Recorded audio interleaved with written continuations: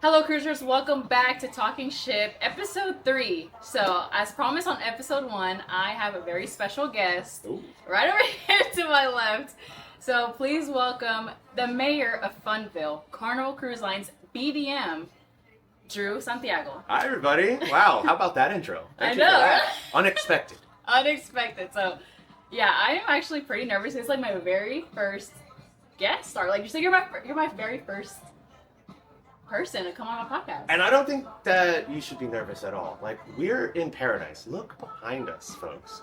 Yeah, we're currently on board on the Carnival Jubilee. My very first Carnival cruise. Yes, we have this. He actually found this spot, so I give him credits to that because I was freaking out. I was like, oh my gosh, there's too many people going on. Like, I can't. It's one thing to like be vlogging around with a camera, but it's another just sitting down doing a podcast. It's just right.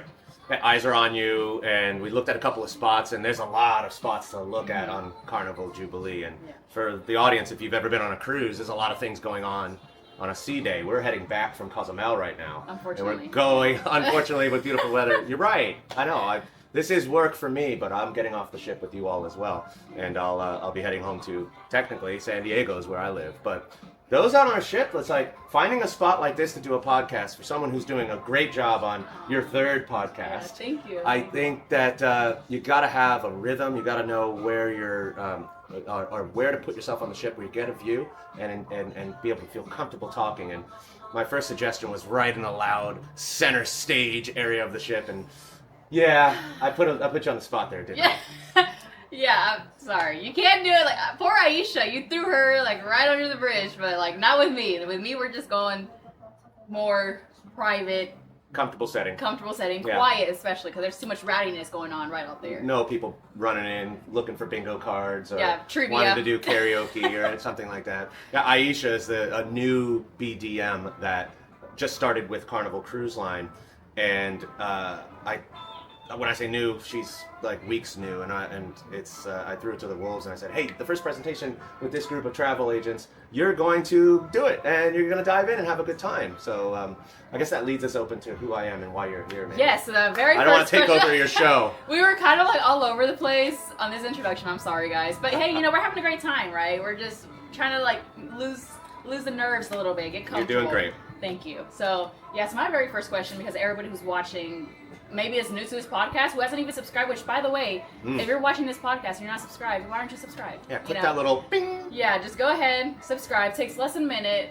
Cars and Cruises, a mix of drag racing events as well as cruise ships, paradise. So it's a good combination, in my opinion. Yeah, it's a really great combination. So if you're not subscribed, please go ahead and subscribe and turn on that notification button so you don't miss any future videos coming up in my videos. So anyways, now let's get back to the Talkin Ship podcast. So my very first question, Drew. Yes. So again, thank you for joining my podcast.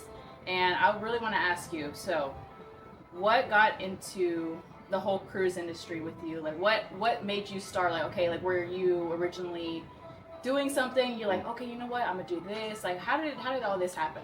Yeah, I'll rewind and back you guys up to give you a little bit of background on what is a BDM, which is why I'm here and you're here with 60 other travel advisors, and travel advisors are people who sell travel, like creative ideas like this, cars and cruises.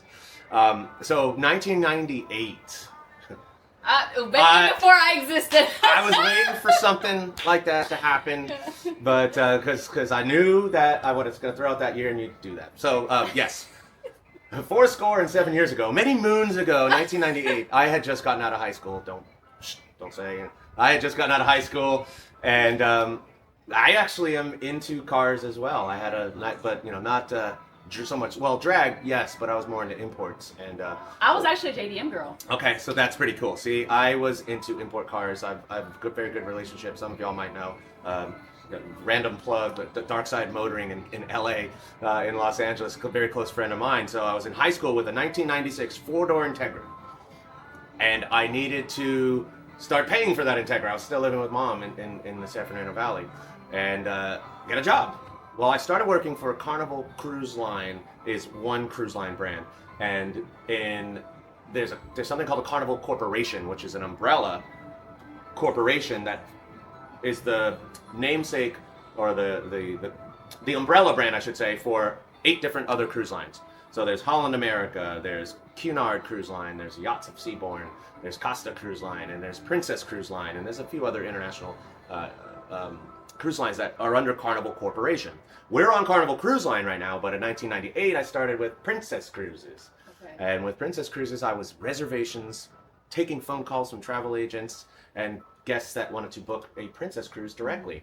So fast forward, I went from 98 till, before you know it, a couple years later, I was working on board ships. And I was what's called an onboard sales manager. So I was with the hotel department, kind of like the guest services team on board this ship. I was with that department for a while, and then I went over to be an assistant cruise director. So I was doing a lot of fun squad stuff, the trivias, the basically what Andy is, like what Andy's doing in the fun squad. So we've got the fun side of things. It was more my speed. I love every element of the ships, and every crew member is doing incredible things, no matter if they're washing dishes, serving in the dining room, housekeeping and room stewards. I mean, everyone's got a job, and everyone does a great job on every cruise ship. But I just needed a little bit more of that, right? Not that she's known me for 6 days, right? So that seems like something probably that would be my speed, right? I want something to be more in the front of the guests. Well, I did that for about 5 years. So I moved from working on board ships to going to Carnival because I was on Princess but needed something land-based. And I went from Princess to Carnival in 2006. And I started as a BDM, a business development manager. And a BDM is a outside salesperson that works remotely for Carnival Cruise Line. Carnival Cruise Line's in Miami, I'm in Southern California, and I've been working with travel advisors or travel agents. We've kind of fancied up the term a little bit in the world of travel agents because ASTA, the American Society of Travel Advisors, changed it from ASTA's American Society of Travel Agents to Travel Advisors. So, travel agent, travel advisor. And I've been working outside sales with travel advisors, helping them grow their business for the last 20 years. But because I'm not going to say old, I'm going to say because I'm a seasoned. I'm a seasoned BDM. I've actually now kind of earned the business development director. But most people in the trade just always throw out, my BDM. It's easier, it comes off the tongue a little bit more. Is a outside salesperson that grows business with travel agents like you. So we do fun things like why Clarissa's on here right now, because you're on a travel agent seminar at sea where you're literally quality controlling what this ship's all about. Dining experiences, entertainment. We've gone into 3 different ports of call on the Western Caribbean on a 7-day cruise. You see the stateroom and understand the look, the feel, the flow of the ship, and is it something that you want to sell to your clients? That's why we're here experiencing this ship and the high-level overview of what a BDM does. Sometimes I'm on a ship, but more time I'm working remotely from a territory within Southern California, and I'm just popping into travel agencies, doing marketing and sales, planning and training elements to get their staff, whoever the travel agency may be, get their staff caught up to speed with where we're at in selling this brand. Because as you can tell, there's a lot happening on this ship, and I know if this being your first time, you're like, wow, that's pretty cool. And I've seen you getting out there and trying everything, which is, I'm proud of you. Thank you. I still have to look at the deck maps. I really do, because even though it's my 6th day, 7th day actually. Technically. I mean, these are 7-night cruises. 7, yeah. So we're going on about the 7th day, but it's really not, we haven't done 7 nights yet, right? Till 9. Yes. So it's kind of... So yeah, even though it's been almost a week I've been on this ship, and I still have to look at the deck maps, because I still get lost, like, I'm in the forward or the back of the ship, like, I'm still, like, it's like a maze, it really is. But I do love big ships. I go big or go home. That's just me. That's just me. But yeah, no. So how often do you go, like, on board on the ships, like, per year? Like, or is there, like, an opportunity given to you, or you just sign up for it? Like, how does that work? So sometimes it's a little bit of voluntold, and sometimes it's a little bit of, I can suggest that, hey, I'm going to be on this seminar at sea, and I would like to offer it up to people that maybe, like yourself, in my region, that haven't seen what I call today's Carnival, which is these ships, the newer ships like Jubilee and Celebration and Mardi Gras that are really game changers in the industry. So sometimes I'm able to say, I'm going on this one, join me. Other times, like this one, we had somebody retire, we had some movement, and it became, hey, Drew, No one else can do it. Can you? And people know I like to have a bit of fun. I like to add a little bit of fun and everything. And I got this one, and I was happy to because I got to meet you and 60 other travel advisors on this. Yes. So sometimes I'm on ships, majority of the time I'm land-based. So I'll do a few of these a year. I'll do maybe 1 or 2 of these a year. And then I do a lot of ship tours where we'll bring people on just for the day and do lunch on board. And then other than that, I'm doing a lot of visualizing. This is what the experience is. Yeah, okay. And so out of the many years that you've been overall with Carnival Corporation, but specifically Carnival Cruise Lines, how has the cruise line really like evolved with like talking specifically about ships, technology, guest experiences? How has that all changed like throughout the years that you've been with Carnival? That's a very good question. See, I've been around, I guess, long enough from the Princess side of days, which was 98 through about 05 till 2006 till now. I'm approaching 20 years with this brand, and I've seen a changeover into where our guests are at and where they've grown to over the last 50 years. Carnival Cruise Line launched in 1972, so we're now over 50 years in service. And when we first launched, we were really creating a fun, memorable vacation experience at a great value. So we've always been a value brand. We've always wanted to be a family brand. But in the beginning days, there was a lot of like gaudy decor, and it was the 80s and in the 90s. It was still kind of bright, and neons were there. And we did a lot of only short cruises, not so much on the long cruises or destination-driven cruises. And over time, as our guests grew into, hey, now we're going generations of our family that want to cruise again and again and again. We've got grandparents and their kids and then their kids, sometimes even 4 generations cruising on our ships now. So over the last, I'd say 5 to 10 years, with the new design ships and the new specialty accommodations, we've become an extremely popular and successful multi-gen brand. Now, there's a few multi-generational brands that are out there, but Carnival Cruise Line really does a good job in keeping the drive market easy for a guest or a consumer to get to a Carnival ship. Like when I was flying out here from San Diego to Galveston, I had to fly to Houston actually, and then drive to Galveston. For you, it was easy, right? You just drove. Drove an hour, that's all. You drove an hour to get to Galveston. I had to fly from San Diego, and airlines, and when this podcast is being recorded, there was a shutdown, and the government, and the TSA, and thankfully I left early in the morning, and I was on the first flight out of San Diego, and I got here without any challenges, but Aisha, my work colleague, had to go from Seattle to Vegas, and was delayed there for hours and got in really late into Houston, and luckily made it the night before, which is what you should do when you're flying into a cruise. But I love what Carnival's done with not only being the multi-gen family brand, being that fun vacation experience at a great value, but 50% of North America can drive to a Carnival cruise within a day. So we make cruising accessible and without that headache of dealing with TSA and checking your bags and delays. My goodness, the delays. So I'm hoping that tomorrow I gotta fly home. Yeah. So I'm hoping tomorrow there's no issues because I think we're back on speed. I don't know. We'll find out tomorrow. Yeah, I've been out of the news, out of all that. It's all about paradise right now. We're just all focused about cruises and just taking it day by day. The other thing that I think is that Carnival's done a really good job over the last, I'm going to say specifically the last 10 to 15 years, is the variety. I've been on many cruise lines, and there's no bad cruise, but the inclusions on Carnival are incredible. Specialty dining, there's tons of that. We're actually sitting outside of the Bonsai Sushi Bar, which is a specialty dining venue. So if you want to pay for some of the more elevated dining experiences, you have those options. The steakhouse, what am I trying to say? Cucina del Capitano. I'm stumbling over my words.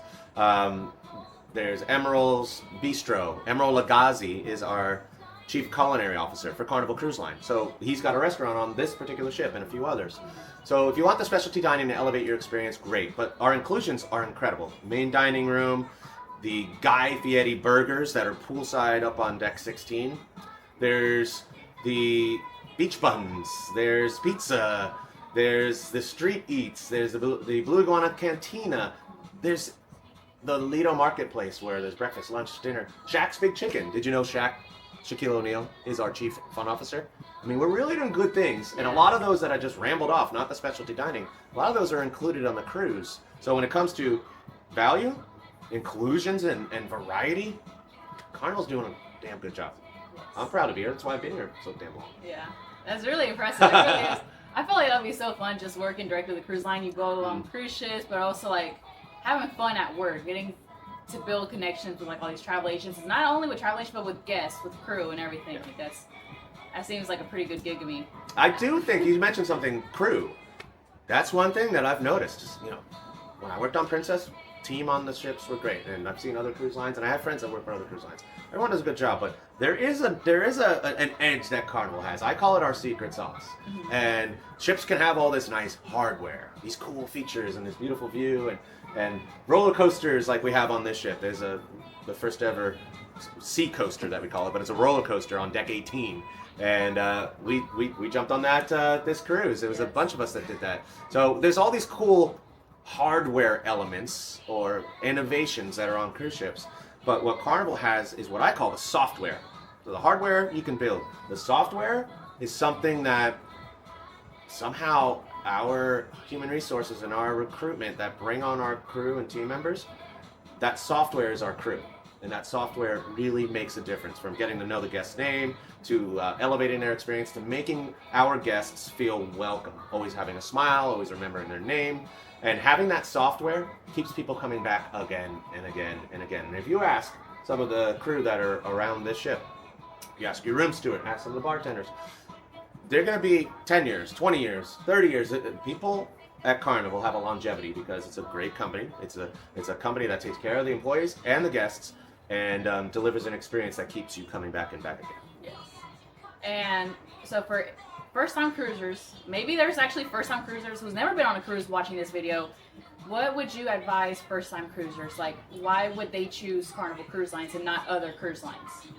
It's the value. It's one value, two, the experience, and three, it's going to be the new ship design and the variety of the accommodations that you can choose based on your budget and what your cruising lifestyle is. The variety you get on this brand is going to outweigh anything else that's out there, especially these new ships, which is why I'm glad you're here. There's Carnival Jubilee, which is right now the newest ship in North America. So you have Carnival Jubilee out of Galveston. You have Carnival Celebration out of Miami. There's the Mardi Gras out of Port Canaveral. Those are the newest three right now, and there's two more of this class that are coming out, called Carnival Festival, which will be out in 2027, and then Carnival Tropical will be out in 2028. But then even rewinding, there's our Vista class ships, the Vista, the Horizon, the Panorama ships. Some of these are on the West Coast, cruising Mexican Riviera. Some of these are in the South Coast, cruising down to Western Caribbean. Others can be on the South or Northeast side of the country to go to the Eastern Caribbean. This is what the variety and the value and what Carnival's done is why, as a first-time cruiser, trying out this brand to see what the elements are without having to break the bank is a reason to consider it. So now that you mentioned the ships, which I didn't know until this seminar at sea, you Venezia. Oh yeah. And Firenze. Firenze. You gotta do it right though. So Firenze. Firenze. Ah, there you go. So those two ships were previously from Costa Cruise Lines, which Costa is also the same line as Carnival Corporation. Yeah, it's under the umbrella. It's very Italian, obviously. Yeah. So when did that happen? Like, I didn't even know about it until once you showed up the photo and it said the big C, on the top part. It's like, oh, that's a Costa ship. No, it's actually Carnival Cruise Lines now. So how did that happen? So it's a good question, because that would be another one of those new ships that really have set the bar high for especially first-time cruisers that might be looking for something different, or experienced cruisers that are used to the normal Carnival setup like the ship we're on now. We created this Carnival Fun Italian style. How we acquired those ships were, I'm sure you remember in 2020 when we had the dark days. I called it BC, before COVID. So BC, Costa Cruise Line had two ships, Venezia and Firenze. They were originally Costa Venezia and Costa Firenze, and they were meant to go to the Asian market. and they were designed to go to the Asian market. I mean, there was even karaoke rooms in the ship, and the shopping was set up different. The casino was laid out different because culturally, different strokes for different folks. That part of the world works differently. But we all know what happened in 2020, and for 16 months, the cruise industry was essentially shut down. And we, as a brand, Carnival, were, of all the 8 brands in the umbrella of Carnival Corporation, Carnival Cruise Line, the flagship brand, the fun ships, we got all of our ships in service quicker than any of the other brands, and more likely because we have such a drive market, and we were able to get ships repositioned near North America and begin cruising from here quicker than some of the other countries that didn't open up right away. So we as a corporation decided those 2 ships with Costa are going to now become Carnival ships, but we're going to leave the Italian look, the feel, and the beautiful decor, but we're going to add some of the Carnival elements like Guy Fieri's burger joint. We're going to take, instead of the Blue Iguana Cantina, we're going to make it Tomodoro, which is an Italian Mexican fusion up on the Lido deck. So some of the inclusions and some of the dining, we just kind of tweaked them a little bit to make them Italian, but with a Carnival flair. So we brought Carnival crew on, and the Carnival elements of a fun ship experience are there, but when you look at the ship, it feels like you're on an Italian resort. It is gorgeous because those new ships that came out with Costa were based off of where the name of the ship is. So the Venezia it looks like you're walking through Venice, Italy. And then the Firenze looks like you're walking through Florence, Italy. So if you've ever been to either of these places, just absolutely gorgeous. So those ships are another thing. One day I hope you can check that out. Yes, I'm definitely curious on like what's like the difference, because now I've been on the Jubilee. I'm curious, once he mentioned those Italian style vibe, I really want to give one of those either 2 cruise ships a try. Yeah, and it is a little bit different, but it still has that fun personality that Carnival is known for and what the guests love. But there are some dining venues that you'll only find on those 2 ships. And so it is laid out a little bit different. It is more, in my opinion, I think they're a little bit more chill, those ships. You know, yes, there's a ropes course on it, but there's not a brewery. Like, this ship has a brewery, so it's a super, you know, on Sunday when football was on, I mean, you walk by that, it was a lively spot. And there's no brewery, there's no roller coaster on Firenze. It is, in my opinion, it is a very subdued Carnival experience because of the look, the decor, and the way that the feel of that Italian ship is. And it's not that it's not fun, it's just an Italian fun. So it'd be more for the adults who want to get away from kids, more relaxed vacation. It's I see a lot more seasoned cruisers that are doing that one. I mean, yes, we're gonna have short cruises on there, and yes, we still have some of the kid elements. We have our Camp Ocean for youth programs, like we have on this ship, and Camp Ocean is from 2 through 11-year-olds, and then you've got Circle C for the tweens, and then Club O2 for the teens. We have the kids' elements. There's the ropes course on the fun Carnival Fun Italian style ships like Venezia and Firenze. But there are also some adult-only areas. So I think it does, on the longer cruises, our more seasoned cruisers love it. But on the short cruises, families can still find that there's a good time to be had on those ships. But this one, when it comes to families, these ones, as you can tell. Yes. So earlier you mentioned about Festival and Tropical. So this could be part of the XL class ships, right? So it's going to be with, you know, Mardi Gras celebration, the Jubilee.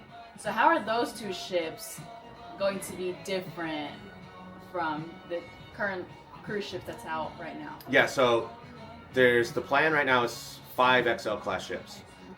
XL class ships were the first Carnival ships to come out that were LNG, liquefied natural gas. So these are more eco-friendly ships than anything else until now this class. And moving forward, everything should be LNG, liquefied natural gas. Because not only, you know, when we want to leave the ports that we enjoy, just as good, if not better, because we do a lot of volunteer work and we do a lot of giving back to the communities that we visit. So moving forward, ships are going to be more green. That's great. So these classes of ships have that. The first 3 came out, and these are large ships, 180,000 tons. At full occupancy, we can get about 6,500 guests on this. This cruise, being in November when we're sailing right now, we've got about 56 on, and it feels busy on the first day when everyone's coming out with their luggage, but throughout the cruise, it's got a it's got a nice flow. So the first 3 came out, and the setup was having 6 themed zones that are unique to some of the places that we visit. And then there's usually a theme, like Mardi Gras has a bit of a French Quarter theme, so it's got a little bit more of the New Orleans theme. The Jubilee, which we're on, is got a Texas star on the bow. So this ship is meant to be here in Texas. So we do things on this ship where it's like we do the Lone Star backyard barbecue bash. So it's like we do things a little bit more Texas on this ship. The Celebration came out with 50 years of Carnival. So that ship is all about the nostalgia and the history of Carnival Cruise Line. So the different zones on the ship, some of them are the same. There's the Lido, there's the Ultimate Playground, there's Center Stage, which is where a lot of the shows go on. But then, like on this ship, you have Currents, which is along where Emerald Lagazi's is and where Dr. Inks is. On other ships, like the Celebration is called the Getaway, where it's the places that we visit. And that bar called Dr. Inks on this ship is called Latitudes. And then the Golden Mermaid, which was one of the spots we thought we might record in, but we ended up here. Golden Mermaid is called the Golden Jubilee. So the look and the feel are kind of the same on the first 3, and they've been very, very, very successful. The next 2, Festival and Tropical, will have slight adjustments based on guest feedback. We're adding 1,000 interconnecting cabins because guests that choose to cruise on Carnival usually choose fun together. So we have more guests sailing with multiple cabins that are in the same group. And a lot of the requests are, we want interconnecting rooms so people can just open up doors and they have this one big family, right? And so we're making that change. We also had a suggestion for more water park. We have an amazing water park on this called Carnival Waterworks. But that's up in the Ultimate Playground, which is a mini golf, which is the waterworks, which is a ropes course, and it has the first ever roller coaster at sea called Bull. We're making an adjustment on that. So Festival and Tropical will have deck 16, 17, and 18. Instead of being called the Ultimate Playground, it's going to be Sensation Point. And Sensation Point is what we're going to start calling Carnival Waterworks Ultra, the most family-friendly water park at sea. 3 levels of water park. Still having a mini golf course. There'll be an adventure trail, which is kind of like a treehouse experience, like Swiss Family Robinson. I don't even know if you know what that is. No. There was a movie called Swiss Family Robinson. I'd love to know if y'all watching. It was an old one, and then they made a new one. It reminds me of Swiss Family Robinson, where they lived in the trees. It was, check it, Google it. Okay. So we're gonna have this treehouse experience. There's gonna be slides for junior cruisers up to under 3 feet tall.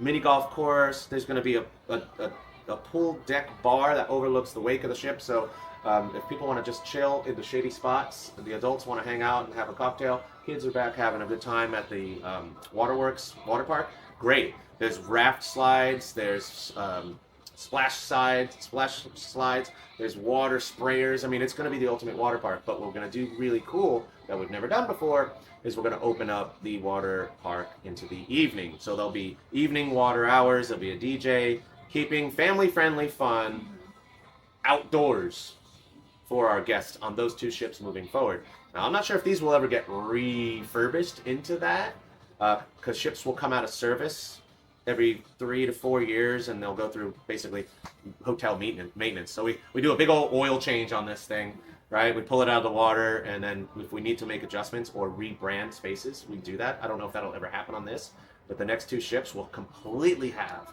that new Sensation Point experience, which is getting good feedback so far, and the ships haven't even been launched, and the guests love the interconnecting rooms. Like adding 1,000 interconnecting rooms, it's a big ticket for the families. And when do they launch? Like, what's the estimate? Is there any date on that? The festival is the middle of 27. So the first cruise will be in May from Barcelona to Port Canaveral. Okay. And then once it's in Port Canaveral, so it'll be basically ready for the summer of 27. And then it'll just be year-round, summer 2027, doing 6 and 8 day cruises to the Caribbean. And what happens when the festival gets to Port Canaveral, doing those alternating 6 and 8 day Caribbean cruises, the Mardi Gras, which was the first of this class, will start doing short cruises. So you can get on one of these new, bigger ships with all these elements for kids and adults on cruises that'll be doing 4 and 5 day sailings. Not everybody can take 7 days off. Yeah, especially weekend getaways that parents, they're off, kids are off of school, doing a Friday, Saturday, Sunday cruise. I'd say it's a pretty good gig. I've done weekend cruises because sometimes I'm working too much. I'm like, Right. you know what, I need a break. I'm getting on a cruise, jumping on a plane, head out to Florida, go to the Caribbean, the Bahamas, everything. I like the weekend getaway. So I think it's a really great idea that Carnival is now going to be shifting in a few years. Yeah. Shifting, it's celebration, right? Celebration. Mardi Gras. Or the Mardi Gras over Two short cruises. Yeah. And it could be, as more roll out, Mardi Festival's going to come out and go into Port Canaveral. Tropical, don't know where that one's going yet. We haven't announced what the home port will be, but it'll be a sister of the Festival, so it'll have the same setup. But where it's going, don't know, don't have an exact date yet. So there's a ship coming out with us in 2027, ship coming out with us in 2028, 3 more coming out after that. Okay, pause. 3 more. Yeah. Can we talk about that? Of course. Was that on your topics? Because I just kind of threw that out, and I don't even know if that was a good segue.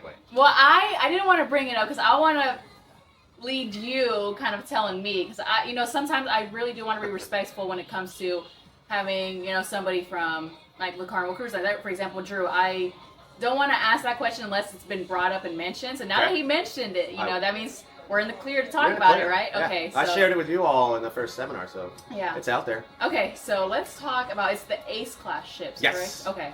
Yeah, so we have something called the Ace class that will be launching in, are you ready for this? Yes. 2029. Oh, come on, Drew, you're going to make me wait 2029? I'll be 29 years old? 2031 and 2033.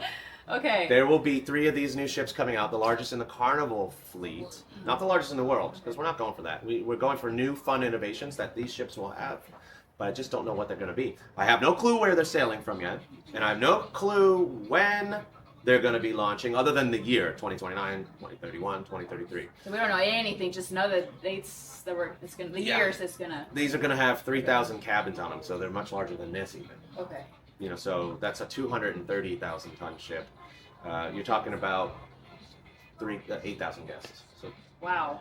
If you can manage that and make it so there's enough activities and the flow doesn't feel like you're overcrowded, then it's a good experience for a new to cruise to try out. If you've never been on a ship, but you hear about all these crazy innovations, that's what we're going to hopefully be delivering with the Ace class ships, which we haven't even really named them. We just call them Ace class right now. So to me, it's exciting because I've been doing this for so long that new larger ships I feel are great for people to try as a first, whoa, I never thought I would be able to do that on a ship in the middle of the ocean. So it'll have that element. And I realize some cruisers or some people that go on vacation don't want those larger ships, and we still have plenty of fun mid-sized ships within the Carnival fleet. But this is a game changer, I think, because it's going to give more options for our guests to get to some of the exclusive destinations that we cruise to. So we have Celebration Key, and we have Relax Away at Half Moon Key. We have Isla Tropical. We're building destinations that are going to be able to accommodate these larger ships. Because when I'm talking 230,000 tons, we're on a 180,000 ton ship. So just by sheer tonnage alone, it's going to be a little bit longer, a lot wider, and we have to have piers for these big ships to pull into to offload guests to have a good time. But for me, it's crazy to even think about 2029, 2031, and 2033. Did you ever see the movie Back to the Future too? No, I haven't seen any Back to the Future movies. Guys, I'm starting to feel real old. No, guys, so I've been living under a rock. Clearly. I've had a lot of my coworkers naming, okay, have you seen Vampire Diaries? Have you seen Harry Potter and all these other stuff, Back to the Future? I've never seen any of these movies, guys. I've been, yeah. The reason why I bring it up is because it was just a few days ago when Marty McFly, one day you'll know who these names are. Okay. Some of you might know. Marty McFly and Dr. Emmett Brown went Back to the Future in the DeLorean. It's a flying DeLorean. Please say you know the flying DeLorean. You've seen it somewhere. Okay, she's going to watch it. Come back to a podcast just to somebody and tell them you watched one of the Back to the Future. Okay. There was a flying DeLorean. I know you know what a DeLorean is. You got to look that up, Cars and Cruises. So the DeLorean is an old school, was a luxury car, but okay. I'm not going to say anymore. This flying DeLorean took them back to the future. It was a time machine. And the dates that they went to it was November 5th of 2025. And they were in a flying car. That movie's false. I want flying cars. They're actually out there. That's right. I have seen them, but not like this. Yeah. 2029, I'm not saying the cruise ship's going to be flying, but I'm saying there's going to be some cool stuff on it. But flying cars, we got to step up our game like that in the future. Yeah, that is true. Okay, so now I want to shift over about travel agents, or travel advisors, sorry. So as a travel advisor myself, and I've just been with Carnival, my first Carnival cruise. This was a seminar at sea opportunity for me, and so far I've been enjoying the Jubilee so far. But what would you say to the travel advisors watching right now onto this podcast? What is the best way, or what advice do you recommend for travel advisors to build relationships with Carnival Cruise Line, to get themselves out there, to build that connection? Yeah, we do a lot of training and engagement with the Carnival brand. We have a team of BDMs. I'm only one of many, and many of them have lots of longevity, and they've been working within the industry and with Carnival for a long time. So for a new travel advisor that wants to connect, wants to network, that wants to understand the experience of the brands that they're selling, you're doing the right thing right now. We do these seminars at sea where we bring travel advisors onto the ship. We have hosted seminar sessions. We'll do networking and a cocktail reception to get everybody connected in different styles of travel advisors. That some are doing vlogs and podcasts, and some are on TikTok, and some are on Instagram, and some are not doing any of that. And we're all sharing our success stories to help each other grow their business. So seminars at sea are a great way. We have local and virtual. So we have in-person and virtual training throughout the country. And there's a platform and a website that is travel agent based. You have to be a travel agent to sign into it. You have to be working with either a host agency or your own travel agency. And we have GoCCL, which is our travel agent portal, which is where you can find these opportunities for training and engagement elements to grow your knowledge of the industry, to grow your knowledge on how to market yourself as a travel advisor, and to understand the experience of what Carnival offers to our guests. So from seminars at sea to, I said, ship tours earlier, that's in GoCCL, to training elements and business planning with your BDM, because I'm one of many BDMs, as I said earlier. So BDMs are going to help new travel advisors understand the product to sell it better to their clients. So getting to know your BDM is another crucial component of growing your business as a travel advisor. We have a Facebook group. It's a private Facebook group that is solely travel advisors. There's over 32,000 travel advisors in there. But you have to be a travel advisor to get into that group, and that's called our Carnival Funnel Faves Forum. So we call it the funnel because that little red whale tail that's on the back of the ship, it's known as a funnel. Some call it a whale tail, but we want our travel advisors to tell us what their funnel faves are. So it's what's their favorite experience, what's their favorite thing about Carnival Cruise Line, and it's in an open forum of travel advisors that are brand new to travel advisors that have been seasoned and working in the industry for 40 plus years. So it's a great place to connect. It's a great place to share success stories. So from GoCCL to getting out there and experiencing it and working with your local BDM, that's how you're going to work on becoming a better travel advisor. Yes. And what tools and resources that travel advisors are not using yet that they should be using? Well, GoCCL is definitely one. And then doing what you're doing as far as social, like getting out there digitally. Digital marketing is huge. It's not going away. You know, sharing the value of you as a travel advisor is crucial to being a successful one. Because you can book a cruise direct with the cruise line, or you can book a cruise through a travel advisor. And people that want to use a travel advisor are looking for the expertise and being guided into an experience that somebody knows and is going to lead them into, this is going to work for your cruising lifestyle, for your family. I've seen it. I know the industry. I've been working with BDMs. I've been at industry events. This is what you want. And working with a travel advisor is going to basically give you that peace of mind that you are planning the right vacation and not just rolling the dice on something that you have no clue about because you're just booking it online. So you're going to probably, well, not that you're probably going to, you are going to get a better value using a travel advisor because of your knowledge. Even though you're still growing your knowledge, but you've done this cruise now, so you should be selling this one easily because you know so much about it. Yeah, I actually sold my first Carnival cruise with a client in January, and she sailed out of Galveston, out of the Carnival. She was, I believe it was a 9-night. Either it was the Breeze or the Dream. She went to. It was the Dream. Okay, she went out to the Bahamas, but she also went out to Cozumel. Okay, so it was the Dream. So she went on the Carnival Dream. Whenever she came back, she sent me a photo with her holding a coconut, and she was like, "Thank you so much." Like, it was really like such an exciting. It was a good moment. It was a good moment. Made a difference in someone's vacation. I was nervous because I was like, I've never sailed with Carnival. I did a lot of research and everything. I helped her find like the best price that she was looking for her and her husband. Right. And what she was looking for, the experience, and I was like, okay, here's Carnival, and I was nervous, right? So again, I've never been with Carnival, but she came back, she loved it. She sent me that photo. She was truly happy, and ever since like that day, she was like, I'm gonna tell my family about you. I'm going to book another cruise with you soon. Like, I want to go out to like a different ship, like the bigger one. And I was like, you got it. And so now that I've sailed on the Jubilee, I'm definitely going to tell her, hey, go on the Jubilee, right? But also, like, either the other class ships that there is, like the Mardi Gras, the Celebration, or who knows, maybe she'll probably get on the new one. Festival, Tropical, wherever this Tropical's going. Wherever it's going. You know what? And we're on a 7-day Caribbean cruise right now. Mm-hmm. And the 7-day Caribbean cruise is very common with Carnival, especially Western Caribbean. We went down to Isla Roatan, or Mahogany Bay, which is an exclusive destination that you can only get to on Carnival Corporation ships. We had a lot of liquid sunshine that day, so it was a bit wet and rainy down there, but we were still dancing in the rain, had a good time.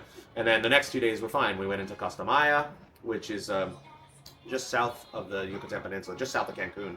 And that was a great day, and that was super fun. And then yesterday was even better because the sun came out really hot. Some of us, not me, I did all right. You did okay. I did okay. We don't really burn.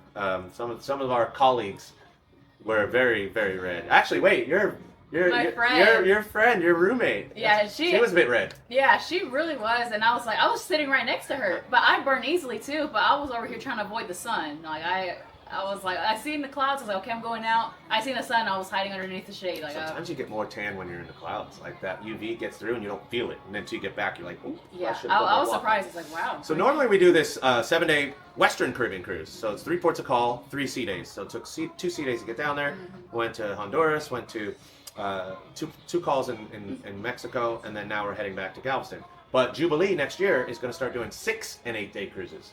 So the 6-day cruise will go to the Yucatan Peninsula, like what we're doing here. It will be Mahogany Bay and Cozumel. But then the 8-day cruise is going to give guests from even Galveston the opportunity to go to the Bahamas to our new destination that just opened in July called Celebration Key. So there's we're going to flip around the itineraries a little bit for people out of Galveston on this new ship. And then your client that was on the longer cruise, which I believe was Dream, on a 9-day cruise, Carnival does a lot of those voyages that are not just weekend cruises or 7-day cruises. We have a program that we call the Journeys program, Carnival Journeys. And Carnival Journeys is 9-day or longer cruises, more off the beaten path ports of call. And the onboard experience, we add a few different elements. We do like an 80s night, like an 80s themed sea day, where things we used to do on the ship back in the 80s, we're doing them on a new ship, right? So if you want to see more of that bucket list cruise port, 9-day and longer sailings, you'll find those on Carnival as well. And you can do it from Galveston. We've done it from New Orleans. We do it out of Miami or Port Canaveral. Carnival's also cruising to Australia. We've got 2 ships down in Australia year-round. And then we have one that seasonally goes down there, does both Alaska in our summer, and then goes back to Australia in their summer. So we've got Europe sailings. There are Alaska sailings, Hawaii sailings. We go over to the Panama Canal. We have Europe sailings, Canada, New England sailings. Most people think Carnival's only Caribbean. They're only Caribbean. No, it's a variety of destinations that you'll now find on Carnival. Those longer sailings are what you're gonna have with destinations on those options. Yes. 29 ships with Carnival right now until the next crazy. Ones start to come out. Isn't that nuts? That is nuts. I love to see growth with the cruise lines. That means like they're doing excellent. They're seeing all these feedback, all these smiles, like family or sometimes even friends or bachelor parties. I don't know, you name it. Like everybody's enjoying the cruise lines now, which I've actually, when was it? A few weeks ago. So the cruise, not the cruise, the news said that 5% increase for 2026 on cruise lines. Like 5%. Cost or the no, capacity? Like overall the capacity. Like Yeah. people are seeing, so like I've been with an all-inclusive resort. I went to Cancun 2 years ago.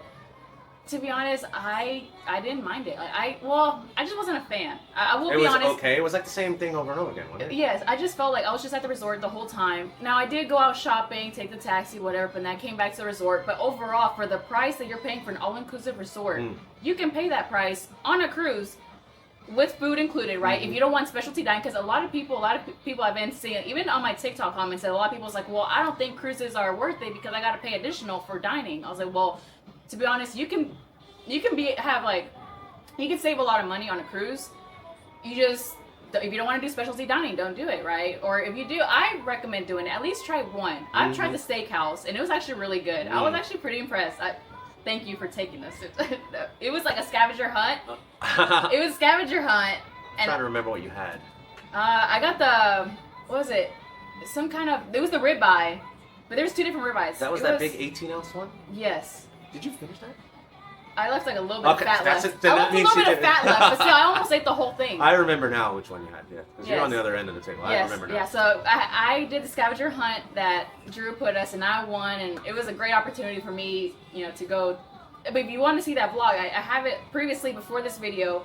So on the video that I just recently uploaded a video yesterday about honoring our heroes at sea.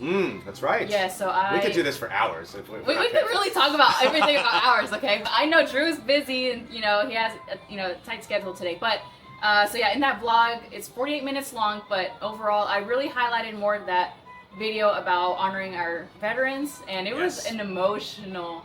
I started crying. Our active duty and our veterans. Were you in the lounge for that? Yes. You were, okay, so was I. I was on the other side then. So my father was in the Army, and so I went there, and I got emotional. I really did, but it was try not to cry. It was a very touching. Yeah. Touching ceremony. I'll fill in a bit so you can catch. So we have so Carnival is we beyond appreciate the men and women that serve and have served this country, and we have on many of the ships, and those that have sports bars will eventually be converted to this, but we have what's called a Heroes Tribute Bar or a Heroes Tribute Lounge, and it is a lounge that's dedicated to the men and women that serve this country. And so now we've created a Military Appreciation Day, and then in the show lounge, we actually do a tribute to the men and women that serve this country, and we will acknowledge them. And then the cruise directors always do a good job of acknowledging them and getting them to have an open forum and talk about their experience or open up to the audience so people can know what it means to them to be a part of this beautiful country and to serve this country. So we do that on every single sailing, on every single ship, and hopefully that like it touches us, touches you as well, that that Carnival gets behind the service industry. It was truly, so if y'all want to check out that, the video, it's previously right before that one. It's called Heroes, Honoring Our Heroes, Our Veterans at Sea, Carnival Jubilee. 48 minutes long, but also I have, towards the end, where I tried the steakhouse. So I showed y'all the appetizers, the entrees, and the dessert that I had at the steakhouse. But, back to what I was saying earlier, I kind of got sidetracked a little bit. But that happens. A lot of the view. Yeah, the view. So a lot of people are really enjoying cruises a lot more. They're not going to all-inclusive resorts because the price for an all-inclusive resort, you can go on a cruise and you're visiting different destinations. Plus, there's different activities you can do on the ship, on board.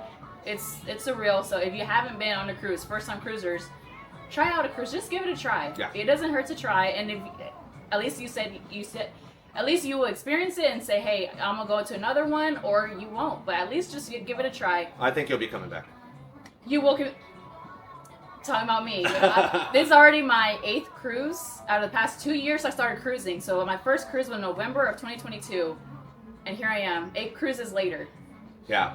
What you don't know, you don't know. And this is one of those things where I didn't realize that cruise was such a good thing. This is in 1998 when I went on my first one. I took my mom. And the variety, and to be able to wake up in a different location every day and have a balcony, if you're looking in what room to book into, compare the interior to the balcony. It's worth the extra few bucks to be able to walk out and have that behind you. Mm-hmm. So to have something different every single day of your vacation, for me, I think all-inclusives are great, and I think hotels and go to a beach and flop on it for a week is great, but it's just repetitive. It just doesn't have a unique appeal to me. And my 50th birthday coming up pretty soon. I know it's tough for you to think about, but it's a 50 year birthday, or 50 years old coming up soon. I'm on a cruise with family. So I've been doing it for a long time. I still continue to love it, even though I'm working on these things a lot. And give it a shot, because you're going to see that the variety is really going to hit home. Yeah. The value, the V's. Yes. I should come up with a 3V. Value, variety, and something else. I'm going to think about this. If you have any ideas, put it in the comments. So overall, I mean, again, I don't want to, hold up Drew's time, because we could do this all day. Obviously, we love this. We love. We're getting a bit comfortable doing all this podcast, but overall, I mean, before we close out today's podcast, yes, Talking Ship, I want to ask you my main question. Important. We're here for one reason. She's gonna put me on the spot right at the end. I gotta put you on the spot, just like you did poor Aisha. That's okay. Good. So out of all the ships that you've been on, which one's your favorite and why? Okay. That's not as bad as I thought you might throw. Oh, dang. Let me think on that. You think about that. My favorite, I'm a ship geek. And, me too. Yeah, well, you are now. And so from working on ships to just the sheer scale of them, what it takes to operate these are literally floating cities. But Carnival Celebration is my favorite ship, really? Which is a sister of this one. And the reason why is because Carnival Celebration pays homage to 50 years of Carnival history. So Celebration has one bar. Like the entire ship has got themes and little nooks and crannies that are a tribute to the Carnival brand in the 50 years that we've been doing cruises and creating that fun, memorable experience at a great value. But one bar, the Golden Jubilee, Deck 6, midship, has a QR code on the bulkhead or the wall, where if you scan that QR code, it's going to tell you the history of that bar and how that bar got to be. And you'll see in that bar, and only on this ship, and only in that bar, you'll see original pieces of past ships on Carnival. So the tables are from the Carnival Fantasy, which is a ship that's no longer in service. The tiles on the ground, on the floor around the bar, and there's a glass wall on one side of this bar, is from the original ship that Carnival launched in 1972, the Mardi Gras. The doors on one end of this bar, most of it's kind of open, but there's one section where there's doors. And those came from the Fascinations disco. So the stories those doors could probably tell, right? It's from the nightclub. And all three of those ships, and there's more in there too, but all three of those pieces I talked about in that bar are from these ships that are no longer in service. So there's such history in that bar. And the entire ship's great, just like this one. But that ship's got this because I'm a ship geek. Celebration. It's really cool. Out of Miami right now. Okay. Wow. All right. Well, overall, thank you for everybody who's watching to this podcast and who's made it all the way to the end. Thank you so much. And as always, please like, comment, and subscribe to my podcast. Well, my YouTube channel overall. But also, if you have any questions for me or for Drew, comment down below. Let us know what you're thinking. What questions do you have for us? And we're open, to help y'all. Whatever y'all need, we're here for y'all. But thank you, Drew. Thank you so much. It was truly an honor. No, oh wow! Now you made me feel that. Okay, so you can ask more questions. Put me on the spot. No, we've been doing this for a while now, and thanks for sticking around and watching. And we had a lot of ship to talk about, which tells you how we love this. So thank you for the invite. I'm actually honored to be invited to one of your first podcasts. It's great to spend some time with y'all. Yes, and so as always, thank y'all for tuning in, and until the next episode, stay tuned. Ciao. Bye, guys.